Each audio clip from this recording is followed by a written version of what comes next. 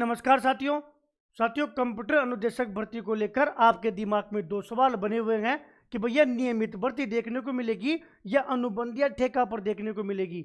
वर्तमान में जो शिक्षा विभाग है वो पूरी तैयारी कर चुका है कि कंप्यूटर अनुदेशक जो है वो अनुबंध पर लगाए जाए, यानी कि ठेके पर लगाए जाए। ये संविदा भर्ती से भी खराब सिस्टम है, उससे भी निम्न लेवल का सिस्टम है, उससे भी घटिया सिस्टम है, जिसको अपन कह सकते हैं कि अनुबंध पर लगाना, ठेके पर लगाना। इसके जो दूरगामी परिणाम है वो बहुत घातक है और उस दूरगामी परिणाम इस प्रकार से है कि उसके बाद में नियमित भर्ती भविष्य में देखने को कभी मिलेगी इसकी संभावना न के बराबर है। तो भैया क्या 2025 में कोई भर्ती देखने को मिलेगी या 2026 में देखने को मिलेगी? ये क्या सिस्टम है कि ये बीजेपी के लोग जो विपक्ष में तो संविदा भर्ती का भी विरोध कर रहे थे, वर्तमान में ऐसा क्या हुआ कि जो युवा हित की बात कर रहे थे, आईटी युवाओं के भविष्य को लेकर एक ढिंडोरा पीट रहे थे, अपने अपने ट्विटर अकाउंट पर युवा हितैषी होने का दिखावा कर रहे थे, नाटक कर रहे थे, और सरकार में आते ही भैया हमारी पीठ के ऊपर छुरा घोंपने का काम कर रहे हैं। साथियों, वो जो शिक्षा विभाग का जो आदेश था ना, वो पीड़ादायक आदेश है, वो तकलीफ देने वाला आदेश है। उस आदेश के बाद में 24 दिसंबर को जयपुर में हम इकट्ठा हुए। 24 दिसंबर को जयपुर में इकट्ठा होकर, ये 24 दिसंबर की तस्वीर है, 24 दिसंबर को हम इकट्ठा हुए, हमने तमाम चीज़ों पर चर्चा की जो आप लोगों के जहन में थे, दिमाग में थे। उसके बाद में यहाँ से मुख्यमंत्री जो निवास है CMR में हम ज्ञापन देकर आए, मुख्यमंत्री जी के OSD को ज्ञापन देकर आए। वहाँ का ये लेटर भी हमारे तक पहुँच चुका है। ये लेटर वर्तमान में विभाग में सर्कुलेट है। 30 दिन में इस लेटर का जवाब मांगा गया है कि शिक्षा विभाग में ठेके पर लगाने की जो तैयारी है वो क्यों की जा रही है, इसका क्या जवाब आएगा वो भी मैं आपको इस वीडियो में बताऊंगा। उसके बाद में उसी दिन हमने बीजेपी कार्यालय में जाकर बीजेपी के तमाम जो संगठन के पदाधिकारी है उनके समक्ष ये बात रखी है कि आपकी सरकार जब विपक्ष में हुआ करती थी तब आईटी युवाओं के भविष्य की चिंता करती थी, आईटी युवाओं के भविष्य को लेकर बड़ी बड़ी बातें करती थी, संविदा भर्ती का विरोध कर रहे थे। अब आप ठेके पर क्यों लागू करना चाह रहे हो? उसके बाद उसी दिन माननीय जो प्रदेश अध्यक्ष जी है उन तक हमने बात पहुंचाई है। देखिए, यहाँ तक हमारे दिमाग में एक चीज़ समझ में आई कि जो बीजेपी के पदाधिकारी हैं, बीजेपी के जो नेता हैं, बीजेपी के जो मंत्री हैं, उनको इस बात का पता ही नहीं है कि सरकार कंप्यूटर अनुदेशक को ठेके पर लाने की तैयारी कर रही है, पहली बात। दूसरी बात, उनको ये भी नहीं पता कि जब हम विपक्ष में हुआ करते थे तो हमने नियमित भर्ती की मांग की थी और संविदा का हमने विरोध किया था। इसलिए उसी दिन, उसके अगले दिन मैंने ये निर्णय लिया कि कुछ दिन हम मीडिया के माध्यम से अपनी आवाज़ को बुलंद करेंगे। उसके बाद में लगातार 3 से 4 डिबेट में मुझे बैठने का अवसर मिला। उन तमाम डिबेट के माध्यम से, बीजेपी प्रवक्ताओं के माध्यम से मैंने ये बात और आगे बढ़ाई कि कंप्यूटर भर्ती के साथ आप लोग क्या करने जा रहे हो, जो कि गलत है, निंदनीय है। आप किस प्रकार जनता के बीच में जाओगे कि आप संविदा का विरोध करके संविदा से भी घटिया सिस्टम आप इन युवाओं पर थोप रहे हो? तो मेरे दिमाग में आया कि हमें एक अभियान चालू करना चाहिए। उसके माध्यम से साथियों मैंने पत्र लेखन अभियान चालू किया। इस अभियान का एक ही उद्देश्य था कि पत्र लेखन अभियान के माध्यम से हम तमाम पक्ष और विपक्ष के नेताओं के पास जाकर ये बात कह सकेंगे और हमारे जो साथी लाइब्रेरी में बैठे तैयारी कर रहे हैं उनको भी पीड़ा नहीं होगी। और मैं इस आशा के साथ ही काम कर रहा हूँ कि आप लोग घर बैठे हमारा सोशल मीडिया पे साथ दोगे। हम जब आपको याद करेंगे तब आप साथ दोगे, अपने भविष्य के लिए साथ दोगे। और इस पत्र लेखन के अभियान के तहत सबसे पहले विपक्ष के नेताओं से मिला गया, क्योंकि विपक्ष ने 10,153 पदों पर नियमित कंप्यूटर अनुदेशक की भर्ती हमें दी थी। यह नहीं है कि हमने धरातल पर संघर्ष नहीं किया था, हमने धरातल पर भी संघर्ष किया था। ये अलग बात है कि कुछ लोगों ने हमारे जो पैरों के छाले थे उसके ऊपर अपनी राजनीतिक रोटियां सेक ली, हमारी आंखों में जो आंसू थे उस पर राजनीतिक रोटियां सेक ली, आपकी जो बोली बाली शक्ल थी उस पर राजनीतिक रोटियां सेक ली। जो काम सही दिशा, सही रणनीति और पॉजिटिव मंशा से आसानी से हो सकता था उसको खुद की रोटियां सेकने के लिए जटिल बना दिया गया, एक राजनीतिकरण का रूप दे दिया गया और बीजेपी के लोगों के साथ मिलकर संविदा भर्ती का एक ढिंडोरा पीटा गया, जिनकी वास्तविकता आज हमारे सामने है कि ऐसे लोग अब चुप हो गए और संविदा से भी घटिया सिस्टम हमारे ऊपर थोपने की तैयारी में फुल सपोर्ट कर रहे हैं, फुल समर्थन कर रहे हैं, बैक साइड से हमारी पीठ पर छुरा घोंपने का काम कर रहे हैं। लेकिन बात अगर हम करें, उस समय हमारे साथियों की जीत हुई थी, उस समय हमारी ये जीत हुई थी, हमको नियमित भर्ती देखने को मिली थी। पत्र लेखन के तहत सबसे पहले विपक्ष से मिला गया, माननीय पूर्व मुख्यमंत्री जी को इस पूरे प्रकरण का जो है समझाया गया, संज्ञान में दिलवाया गया। उन्होंने हमें समर्थन किया, कहा कि मैं आगे बात रखूंगा, पत्र भी माननीय मुख्यमंत्री जी के समक्ष लिखूंगा और ये आपकी जायज मांग है। और कंप्यूटर आईटी का जमाना है, हम तमाम लोग आईटी की बात करते हैं, हम तमाम लोग एआई की बात करते हैं। कंप्यूटर की जो अनुदेशक की भर्ती है वो नियमित ही आनी चाहिए। उसके बाद में पीसीसी अध्यक्ष से हमने मुलाकात की, विधानसभा में प्रश्न उठाने की बात की, विपक्ष को घेरने की बात की गई और पक्ष से ये सवाल पूछने के लिए निवेदन किया गया कि आपकी दोगली नीति क्यों है, आपकी कथनी और करनी में अंतर क्यों है, आप उस समय तो क्या कह रहे थे, आज सत्ता प्राप्त होती, आपकी भाषा कैसे बदल गई। उसके बाद में कंप्यूटर अनुदेशक की भर्ती जिनकी देन थी वो थे माननीय धर्मेंद्र राठौड़ जी।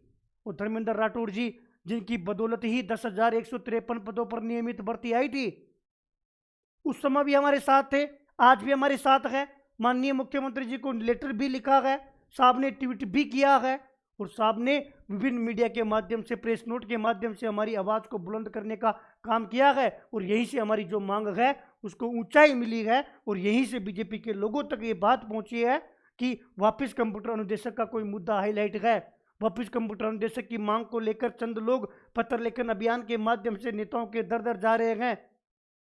उसके बाद में साथियों, चूंकि ये तो विपक्ष के माध्यम से मैं बीजेपी के लोगों तक ये बात पहुंचानी थी, उसके बाद में चूंकि अब बीजेपी के लोगों का नंबर आ गया और बीजेपी के लोगों से हमने मुलाकात करने का दौर शुरू किया और 7 तारीख को यानी कि आज दिनांक को हमने माननीय जो बीजेपी के विधायक है उनसे हमने मुलाकात की है।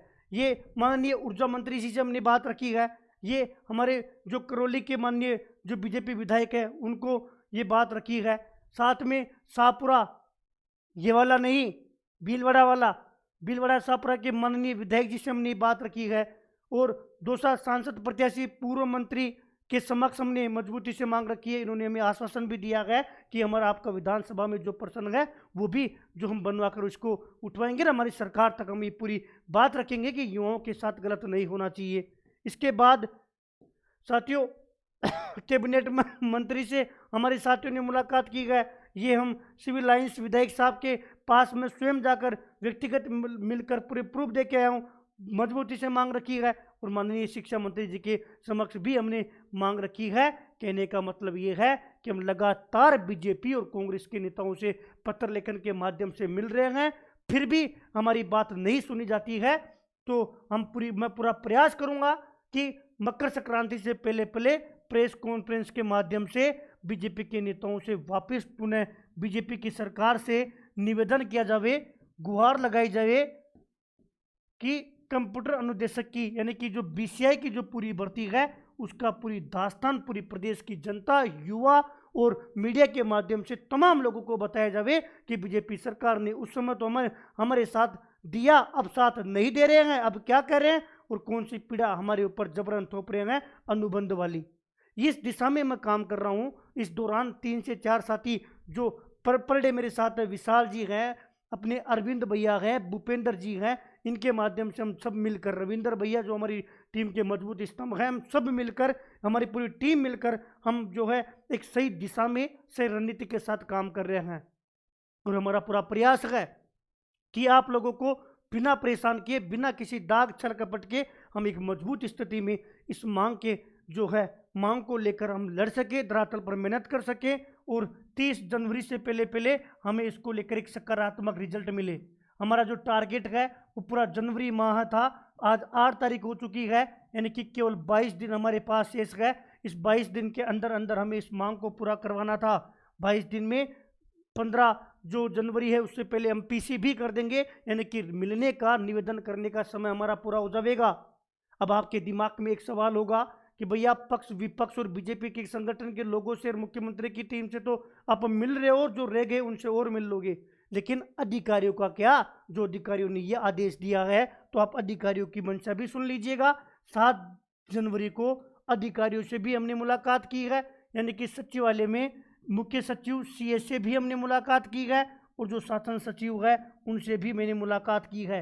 मुख्य सचिव जी ने कहा है कि आपका जो प्रकरण है वो मैं विभाग में दिखवाता हूँ, एक बार ये क्या चल रहा है और इसमें क्या उचित है उस पर मैं संज्ञान लेता हूँ। क्योंकि इनका काम भी इतना ही है कि ये जो संबंधित काम था वो शासन सचिव के द्वारा जो है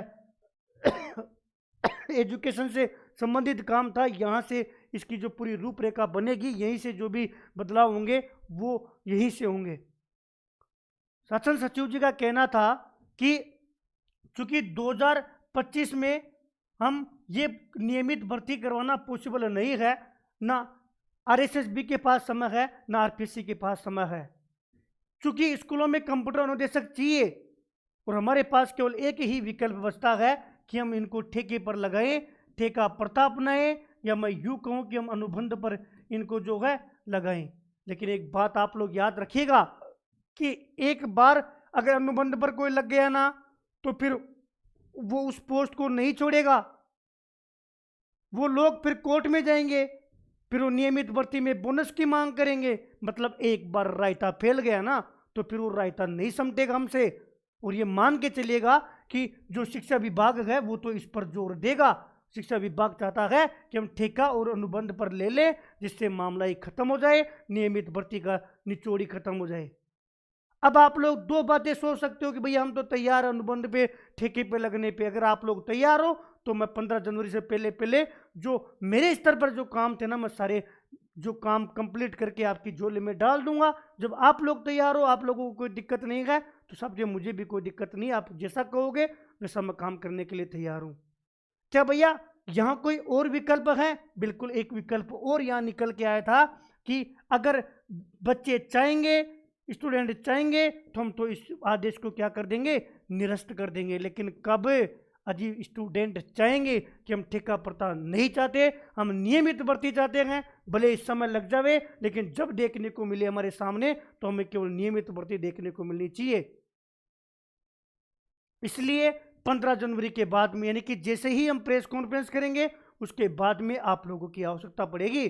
परिवार वो होता है जिसमें मिलकर लड़ा जाए, और आप लोगों की हमें आवश्यकता पड़ेगी, तमाम IT के लोगों की, चाहे वो कोई संस्थापक हो, कोई मास्टर हो या स्टूडेंट हो। अगर आप अपना भविष्य इस क्षेत्र में देख रहे हो तो फिर आपको निश्चित तौर पर हमारा साथ देना पड़ेगा, चाहे सोशल मीडिया हो चाहे धरातल हो। 15 दिन मैं आप लोगों को दूंगा। आगामी 15 दिन में 4-5 दिन तो वैसे निकल जाएंगे, और 20 तारीख बाद में हम धरातल पर उतरने की तैयारी में है। उस दौरान मैं पूरी उम्मीद करता हूँ, आशा करता हूँ कि आप लोग हमारा साथ दोगे। फिर भी जो हमारी टीम है वो निर्णय लेगी, उसके मैं साथ मजबूती से खड़ा हुआ हूँ। 8 तारीख को, यानी कि 8 जनवरी 2025 को, टाइमिंग आप एक बार चेक कर लीजिएगा, 9 PM के आसपास एक्स पर, यानी कि जो ट्विटर है उस पर स्पेस रखा गया है। उस स्पेस में अधिकांश साथी जुड़ेंगे, चर्चा करेंगे, जो भी आगामी रणनीति होगी आप लोग निर्णय करोगे, उसके हम साथ हैं।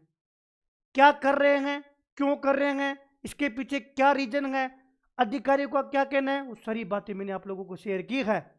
और एक बात और, बीजेपी के कई जो लोग हैं जो जिन्होंने हमारा साथ दिया था, उन लोगों को वास्तविकता में अब पता ही नहीं है कि इस बार सरकार अनुबंध पर लगाने की तैयारी कर रही है। उन तक बात पहुंचाने की जिम्मेदारी हमारी है। हम तमाम लोगों से मिलेंगे, उन लोगों से जो लोग हमारे साथ मजबूती से खड़े थे उस दौरान, उन लोगों को हम समझाएंगे।